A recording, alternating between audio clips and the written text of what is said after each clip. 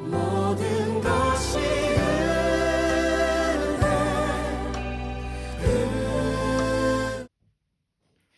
안녕하십니까. 새생명교회 수요일 저녁 말씀을 함께 나눕니다. 오늘은 2026년 2월 25일 수요일 저녁입니다.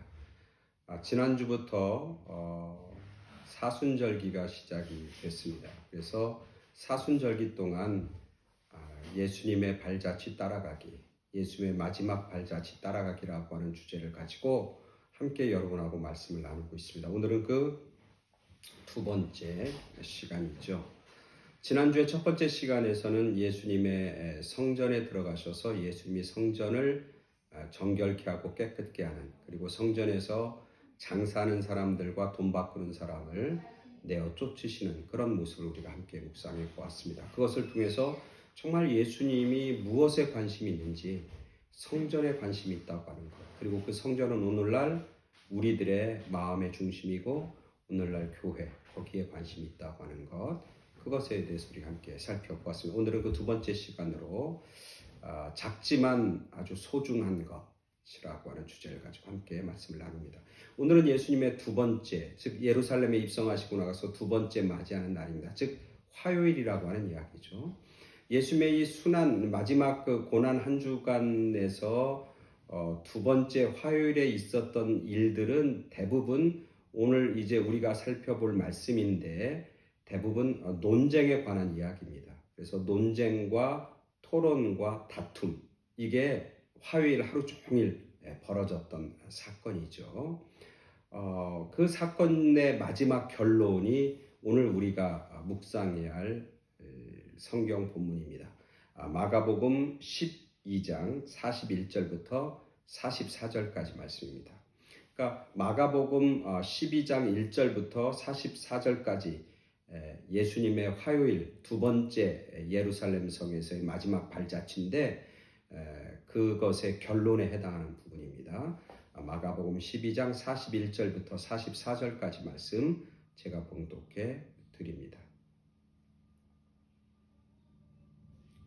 예수께서 헌금함을 대하여 앉으사 무리가 어떻게 헌금함에 돈 넣는가를 보실세.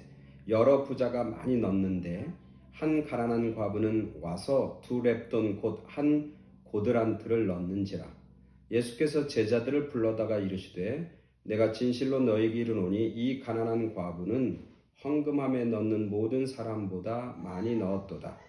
그들은 다 그 풍족한 중에서 넣었거니와 이 과부는 그 가난한 중에서 자기의 모든 소유 곧 생활비 전부를 넣었느니라 하시니라. 아멘. 이 본문은 우리가 너무나 잘 아는 그런 말씀입니다. 대부분의 설교가들과 말씀을 전하는 사람은 이 본문을 통해서 헌금하는 사람들의 마음, 헌금하는 사람들의 자세에 대해서 말씀을 전하곤 하지요. 그런데 오늘 우리가 읽은 본문을 보면 사실은 헌금이나 헌금하는 자세에 대해서 초점을 맞춘 것은 아니에요. 즉 헌금을 내고 헌금을 많이 하고 헌금을 강조하기 위한 본문은 아니라고 하는 거예요. 왜냐하면 이 본문은 누구를 불러놓고 누구에 대한 가르침이냐면 오늘 성전에서 헌금함을 보며 많은 부자들이 많이 넣는 사람이 있고 가난한 과부가 두 렙돈을 넣는 것을 보고 예수님이 제자들을 부르십니다. 그리고 제자들에게 이 헌금에 대한 이야기를 교훈하고 있어요. 아니 예수님이 제자들에게 헌금에 대한 이야기를 굳이 하실 필요가 없잖아요. 예수님이 헌금에 대한 이야기나 강조점이나 헌금하는 사람들의 삶의 어떤 마음의 자세를 이야기하려면 제자들한테 이야기하면 안 돼요. 그 당시 살고 있는 많은 사람들과 때로는 경제적인 여유를 가지고 있는 사람들, 그 당시에 기득권자들과 부자들에게 교훈해야 되잖아요. 왜냐하면 제자들은 이미 어떤 사람들의 자기의 것 전부를 이미 헌신한 사람들이에요. 예수님의 제자들 중에 자기 재산이나 자기 것을 가지고 있는 사람이 없어요. 이미 예수님의 제자들은 예수님을 따르기로 결정하고 이제 거의 3년을 따라왔거든요. 자기가 가지고 있는 그물, 배, 자기들의 직업을 다 뒤로 하고 전적으로 예수님을 따르고 전적으로 예수님에게 헌신한 사람들이에요. 이 사람들이 무슨 헌금할 뭐 돈이 있다든지 헌금할 재산이 있다든지 헌금할 여유나 여지가 있는 사람이 아니라 말이죠. 그러니까 오늘 이 본문을 헌금이라고 하는 것에 초점을 맞추면 예수님의 제자들에게 하면 안 되는 거죠. 그리고 예수님의 제자들에게 해서는 안 되는 그런 말씀이고 교훈인 거죠. 그러니까 이 본문은 헌금에 대한 강조 아니면 헌금이라고 하는 것이 주제고 초점이 아니라고 하는 거예요. 오늘 예수님이 이 마가복음 12장의 결론의 이야기를 하는 것은 뭐냐면 헌금에 관한 이야기가 아니라 오늘 12장 1절 예수님의 마지막 한 주간의 화요일날 벌어진 많은 사건들을 결론 짓고 있는 거예요. 그럼 예수님이 마가복음 12장 1절부터 무슨 얘기가 나오면 이런 얘기가 나와요. 수많은 사람을 만납니다. 사두개인도 만나고요, 바리새인도 만나고요, 대제사장도 만나고 서기관도 만나고 헤롯 왕도 만나고 그 당시 사회적으로 정치적으로 경제적으로 기득권에 속한 사람들, 소위 말하면 높은 지위에 있는 사람들, 잘 나가는 사람들, 그런 사람들을 계속 만나는 거예요. 마가복음 1장부터 이런 비유로 시작합니다. 뭐냐면 하나님이 어떤 포도원 주인이 포도원을 만들어 놓고 거기 일꾼들을 불러서 일을 시키는데 주인이 종을 보내는데 그 종을 때리는 거예요. 왜? 그 소출을 얻고자 하는데 그 소출을 주인에게 돌려주지 않으려고 하는 거예요, 농부들이.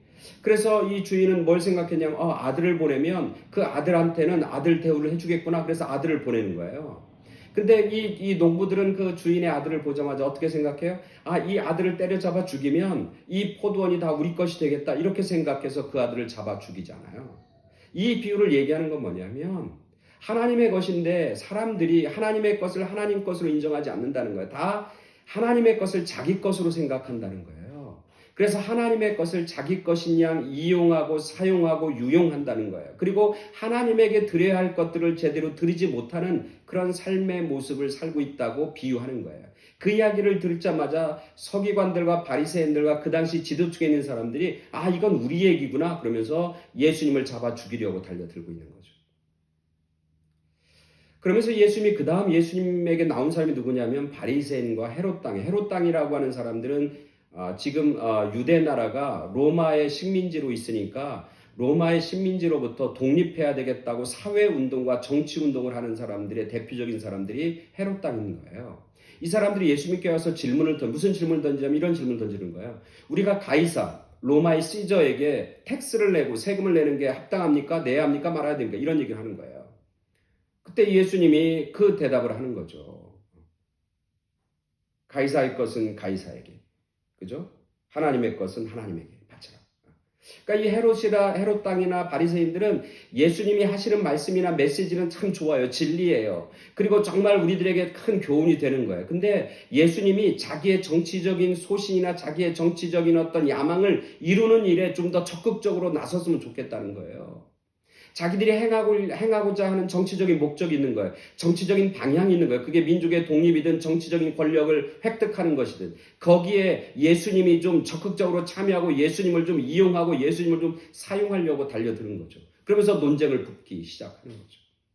그 다음에 예수님 앞에 다가온 사람이 사두개인들이에요. 사두개인들의 특징은 뭐냐면 자기들이 열심히 경건생활하고 열심히 하나님 믿지만 뭐를 인정하지 않냐면 부활을 인정하지 않고 부활을 믿지 않는 사람들. 이 사람들이 와서 얘기하는 거예요. 예수님한테.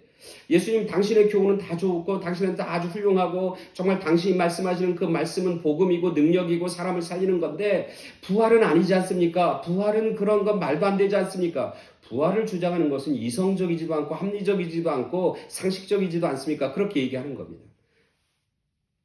이게 뭐냐면 자기들이 논리가 있는 거예요. 자기들이 하고 싶은 얘기가 있고 자기들의 삶의 근거가 있고 자기들의 철학이 있고 자기의 삶의 자세가 있는 거예요. 근데 그것을 예수님의 말씀이나 예수님의 뜻대로 그것들을 변화시키고 바꾸려고 하기보다는 자기 것을 더 견고하게 쌓기 위해서 예수님이 좀 이용되고 예수님을 좀 사용하려고 달려드는 거죠. 사두개인은 그렇게 달려드는 거예요. 논쟁하고 있는 거예요. 그 다음에 또 질문하는 게 서기관들 질문하는 겁니다. 서기관들이 당신 이 구약성경 알고 있는데 이 구약성경 중에 최고의 계명은 뭡니까? 묻는 거예요. 예수님이 너의 마음과 생각과 뜻을 다하고 목숨을 다해 주 너의 하나님을 사랑하고 내 자신을 사랑하듯이 내 이웃을 사랑하라. 그렇게 말씀하시는 거죠. 자기들이 가지고 있고 믿음이 구약 성경인데 이 예수님이 과연 구약 성경에 대해서 정말 구약의 말씀에 대해서 통달하고 있는지 정말 꿰뚫고 있는지 그것에 대한 질문과 논쟁을 벌이기 시작하는 거예요. 이 이야기가 계속되는 겁니다. 한마디로 하면 예수님이 좋아요. 예수님을 신뢰하기도 해요. 그런데 그걸 위해서 자기의 것을 포기하진 않아요. 자기의 것을 버리진 않아요. 자기의 것을 더 견고하게 하기 위해서 예수님을 믿고 예수님을 따르고 예수님을 붙잡는, 어떻게 보면 주객이 전도된 그런 모습들을 계속 보이고 있는 거예요. 이런 와중에, 이런 가운데 예수의 마지막 결론을 오늘 가난한 과부가 2렙돈을 헌금하는 것을 제자들에게 얘기하고 있는 것이죠. 그걸 통해서 예수님 결론이 뭡니까? 마지막 결론이잖아요.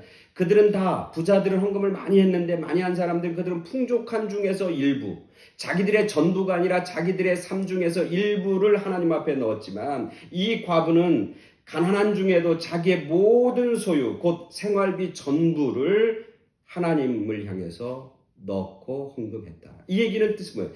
다른 사람들은 많은 것 중에 조금만 하나님께 드리고 하나님 앞에 바치고 하나님을 신뢰하는데 이 가난한 사람은 비록 작은 것이지만 자기 삶 전체 온전한 신뢰, 완전한 신뢰를 하나님 앞에 드리고 있다. 이렇게 결론 짓고 있는 거죠. 그래서 이 본문은 헌금에 대한 비유 얘기보다는 믿음에 대한 비유의 말씀이에요. 어떤 믿음? 온전한 믿음, 완전한 신뢰. 하나님을 향해서 자기의 삶을 전적으로 신뢰하고 헌신하고 바치는 그런 믿음의 모습을 이 가난한 과부를 통해서 예수님은 말씀하고 있는 것이죠.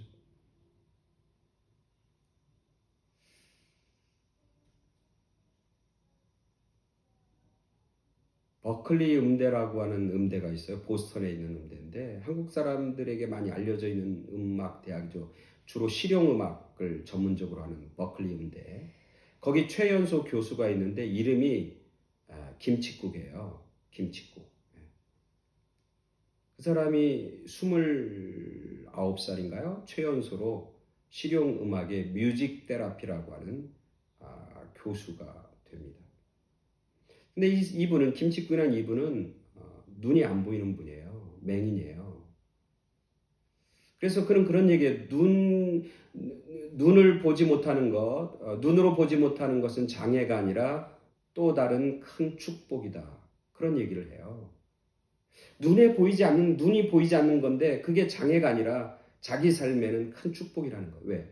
눈이 보이지 않으니까 뭐가 예민하냐면 귀가 예민해지는 거고 귀가 예민한 걸 통해서 자기는 음악을 하게 되었고 소리에 관심을 갖게 되었다. 그렇게 얘기해요. 그가 눈이 안 보인 게 날 때부터 눈이 안 보인 게 아니라 자라면서 초등학교 한 4학년, 5학년 정도에 눈이 완전히 안 보이기 시작하는데 얼마나 큰 좌절과 실망이겠어요. 근데 이 친구는 그런 어려움 속에서도 누굴 만나느냐 하면 하나님을 만나는 거예요. 하나님 앞에 전적으로 신뢰하기 시작하고 하나님을 전적으로 인정하게 되는 거예요. 그러면서 뭐라고 얘기하냐면 자기는 눈에 보이는 것이 아니라 눈에 보이지 않는 하나님을 발견하게 되었고 그 하나님을 전적으로 신뢰하기 시작했다. 그러면서 자기에게 다가오는 모든 것들은 고난과 아픔과 장애가 아니라 하나님이 자기에게 주신 축복의 기회이고 축복의 다른 면이었다. 그렇게 그는 고백하면서 열심히 살아요. 그래서 결국 버클리 음대를 졸업하고 뉴욕 음대 대학원을 졸업하고 버클리 음대 최연소 교수로 29회 교수로 이제 가게 되는 것이죠. 우리는 어쩌면 눈에 보이는 것들이 너무나 많은 거예요. 그리고 나라고 하는 것, 눈에 보이는 것이 중심이 되고 예수님은 결국은 겉덜이가 되는 부분이 되는 경우가 너무너무 많은 거예요. 근데 오늘 말씀에서 예수님 마지막 십자가의 발자취, 마지막 발자취를 통해서 우리에게 전해주고 싶은 메시지는 전적인 신뢰예요. 하나님에 대한 전적인 신뢰. 예수님에 대해서 전적인 신뢰. 예수님이 객이 아니라 예수님이 주인 되는 삶.